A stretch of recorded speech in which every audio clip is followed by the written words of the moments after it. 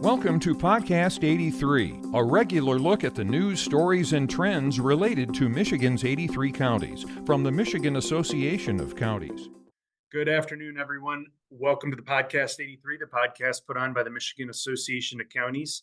Today, we are joined by our Government Affairs Associate, Madeline Fata, and today, a special guest, Seamus from NACo. Welcome. Thank you for having me, Steve. No problem. Happy to be here. Seamus, you want to give us a little background on what you do at NACo first off before we get things started? Sure, I'd be happy to. Thanks again for having me. Seamus Dowdall, I work at the National Association of Counties, and I work on the government affairs team. So I handle our telecommunications and technology portfolio, really helping county officials across the country get engaged and active on issues in DC around broadband, cellular connectivity, and a lot of other related issues in the space. So been doing it about 3 years now, and I've loved it so far. Yeah, great. Thanks for joining us. Of course, NACo is kind of our counterpart in Washington, D.C. So when you think of MAC and what we do in Michigan, NACo does similar stuff for us in Washington. So today, Seamus is going to talk to us a little bit about some broadband issues. He was recently at a MAC conference talking about these issues. I wanted to kind of rehash some of those topics a little bit, maybe provide a little bit of an update. And first up is the Affordable Connectivity Program. Seamus, what can you tell us a little bit about where that is at right now? Sure. So if you aren't familiar with the Affordable Connectivity Program, or ACP for short, this was a program that provided $30 a month to an eligible household's internet service bill. And the intention was to make broadband access more affordable, particularly for households who are in need. And at the peak of this program, there were over 23 million households enrolled. And with this program, it was funded through the bipartisan infrastructure law with a one-time appropriation, and Congress was on the clock earlier this year to provide additional funding for this program to continue to provide the benefit for eligible households.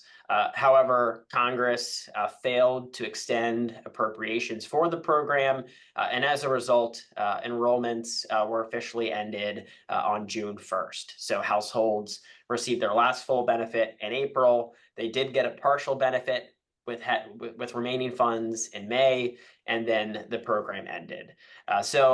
Given the critical importance of the program, we've seen some appropriators really try and revive efforts to provide additional funding for the program. But so far, there have been a few kind of key differences. The first is on whether to keep all of the eligibility requirements in the program as is, or to make structured reforms. And then secondly, how do they make the ACP more fiscally sustainable? So identifying a longer term source of funding and really making a decision for whether to appropriate this on an annual basis or beyond. So while those conversations take place, the ACP is not active as of now, but NACo is certainly working to try and bring back a federal broadband affordability program, just given the importance of being connected to high-speed internet. Yeah, so, and I don't know if you or Madeline may even know this. How many Michiganders were accessing this program? Madeline, do you remember? I know you and I were talking about it last week. Madeline, maybe you remember off the top of your head. I only know because I referenced Seamus's presentation from the conference, and it said 941,000, just a little over that. Okay, so that's almost 10% of the population in the state of Michigan was accessing the program. And Seamus, let's talk a little bit about how things work at the federal level, because I know it's different, from the state level. So this is a program that had been funded for many years, right? Funding essentially ran out. Now they're looking at different funding mechanisms. Is it a standalone bill? Is it part of a bigger package? Can you talk a little bit about how that will work at the federal level? Yeah, of course. So quick history here. So the Federal Communications Commission has for a long time had affordability programs for different connectivity services. So for many years, they've had their Lifeline program, which has helped households have a landline to their house and make it affordable. But obviously with the rise of the internet, that necessitated a new program. So in 2020, largely in response to COVID, the FCC put together their emergency broadband benefit. And this was really the first national federal broadband affordability program designed specifically for high-speed internet. And this was immediately successful. Enrollments really rose as folks were trying to connect to remote learning, education, et cetera. And so Congress really committed to continuing to build out the program, and that's when they created the ACP in 2021. So the way the program has been designed up to date is it has relied on one-time appropriations. So they've modeled the program based on past affordability programs, but have done so through one-time appropriations that Congress appropriates. So up until now, that's how the program has been funded. However, the FCC traditionally will fund their own programs through what's known as the Universal Service Fund. So this will actually take fees that have been collected by service providers and place them into federal programs. So the hope is that a program like the ACP could potentially be funded through a mechanism such as that in the future. They just need Congress to actually authorize and allow them to do that. And so is there any sort of time frame we're looking at on getting this extended at this point? So I would say, this is a program that does have bicameral and bipartisan support in Congress. So there's definitely urgency behind funding the program. The devil does come in the details sometimes. So they are looking for the right legislative vehicle to move this through. Considering it as a standalone bill is a bit of a tricky situation because there's very limited floor time in Congress right now. And many legislators are looking to some what we call must-pass pieces of legislation to try and package ACP into a broader deal. So we can expect to see in the short term efforts by legislators to get ACP funding attached to larger vehicles. It is possible that this kind of negotiation process may continue into the year. But for the champions of the program, the hope is that this will get funded sooner rather than later. And so we're continuing to kind of monitor and play a part in that process. Great. Yeah, that's a great update. Madeline, did you have anything you wanted to add or ask before we move on? I don't think so. Another large ticket item in the broadband space is the upcoming BEAD funding. And correct me if I'm wrong, but I do think there was a requirement in there for applicants to offer some degree of affordable connectivity. Can you get into that a little bit? I don't know if that makes up for affordable connectivity. Certainly not, but. That's right. Yeah, no, absolutely. So the NTIA, which is the federal agency overseeing that program, in their funding rules do require that internet service providers offer what they call an affordable option to broadband access. And when the ACP was in place, that was a very easy program that service providers could sign up to participate in, which would qualify as that affordable option. So we really view this, talking back to ACP for a moment, as a program that's critical not only to households, but to service providers as well, because it really helped them open up affordable broadband access options. So with the ACP ending, the onus will continue to be on providers to set up some sort of affordable option if they want to participate in the federal funding that the BEAD program will offer. And obviously, without the ACP as kind of a single national program, providers will have to get somewhat creative in figuring out how to design that program. And they can oftentimes work with their state broadband office as well to kind of determine what may be an affordability option that would satisfy that requirement. Great segue there, Madeline. To BEAD, you're getting good at these podcasts.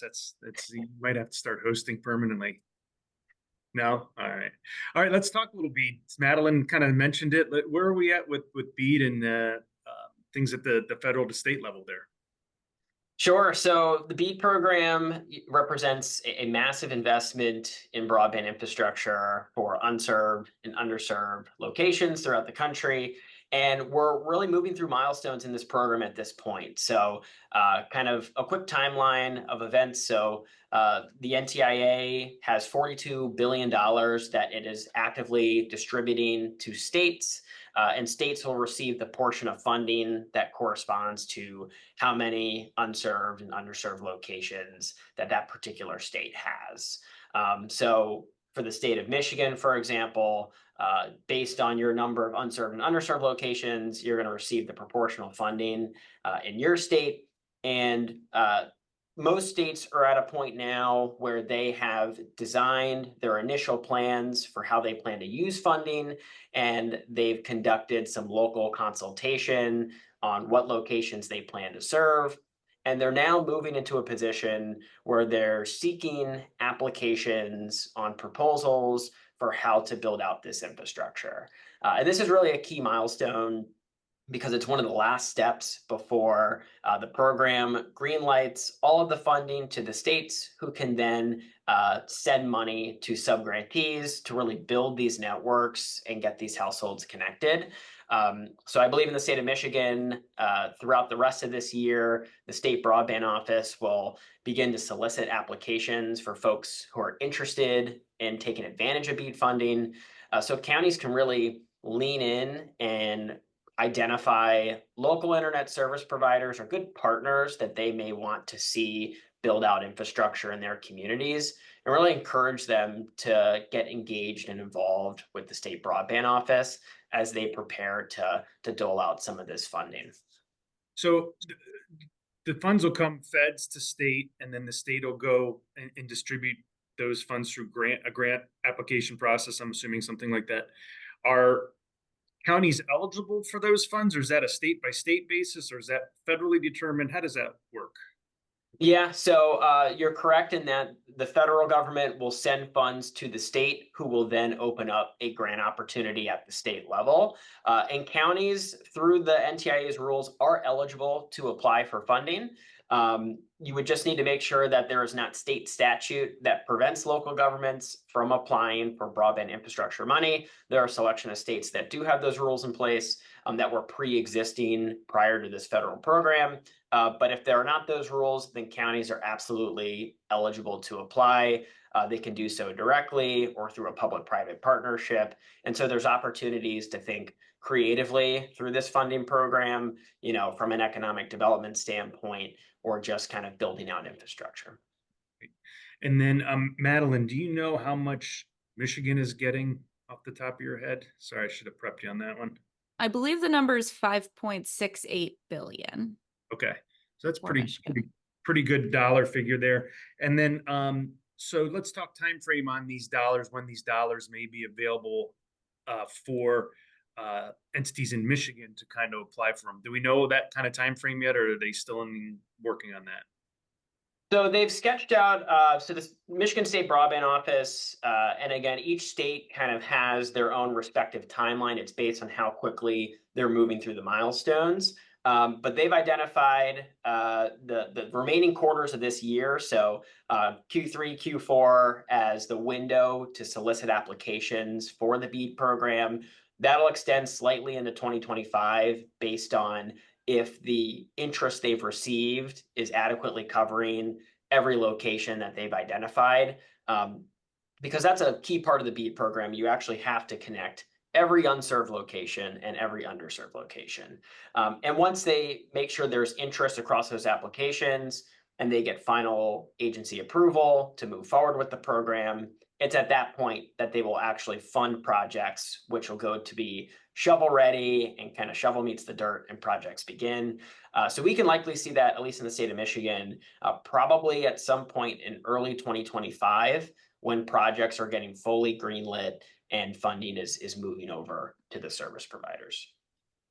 And is there any sort of time frame when, you know, I start thinking to ARPA terminology, allocated dollars and spent dollars? Is there any sort of time frame when the dollars have to be allocated or spent? Is there a deadline on that?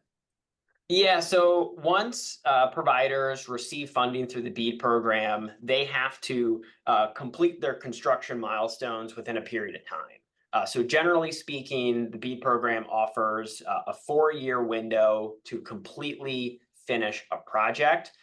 there are interim milestones along that journey. So for example, year one, and these aren't precise figures, but it's roughly how it's designed. You need to complete 25% of your project, and then year two, 50%. It's designed though so that material progress is being made throughout those 4 years. So it's not like all the households won't see internet access till the end of 2028 or 2029, but it keeps the project on track. And certainly providers are incentivized to finish sooner than that timeline, but that's kind of the window that they're working with. Great. Madeline, did you have anything else on BEAD? I need to correct myself. I don't know why I so confidently said 5.68 billion. I must have gotten that number from some other program, but it's 1.56 billion. Okay. Does that sound closer to that that I'm amount, glad you Seamus? said it. I did some last minute searching when you mentioned it, and I found the number too. So around 1.559 or so I just so billion. It would have been blindly great committed to that otherwise, number. but Yeah, still some significant dollars that are coming to Michigan to help get the state better connected. So It is. I think, also correct me if I'm wrong, but I think Michigan received like the 5th or 6th highest allotment. And I think a lot of that has to do with the UP because that's lacking such infrastructure up there. right. Yeah, I can tell you it has certainly not been the norm that states have a B and not an M. So they have the billion and not million. Michigan is one of those states, and it does come down to the proportion. And, the more locations you have proportional to the rest of the states, the more funding you're going to get. And then I just had one more quick question that just came to me.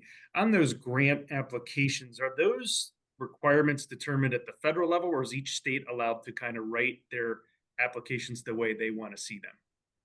So the federal government has set the broad parameters for how states should design their grant programs. And it's based on a kind of key set of requirements, largely around build out, what service providers need to be kind of practicing, et cetera. But states have a degree of flexibility as well. So some states have taken what the federal government has designed as a framework and just copy and pasted it into their state version. But there are many states that have kind of made some unique kind of designs and tweaks to kind of meet the particular needs of the state. But that's kind of how it's designed. So the federal government has broad parameters, and then the state broadband office has the ability to kind of curtail the program within those confines. Great. All right. Anything else that we may not have covered that you want to touch on, Seamus? I would just say, we have a lot of counties almost every day kind of ask us how they can get involved in broadband infrastructure, expansion projects, and, really making sure that their residents are connected.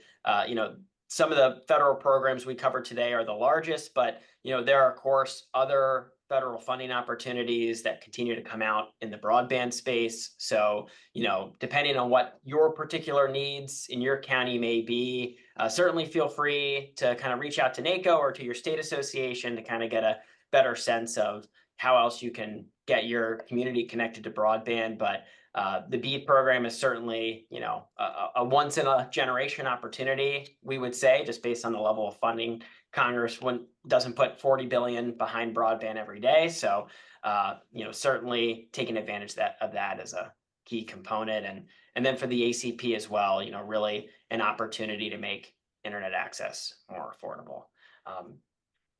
Great. Well, thank you for your time today, Seamus. Thank you for your efforts and NACo's efforts, with the broadband initiative.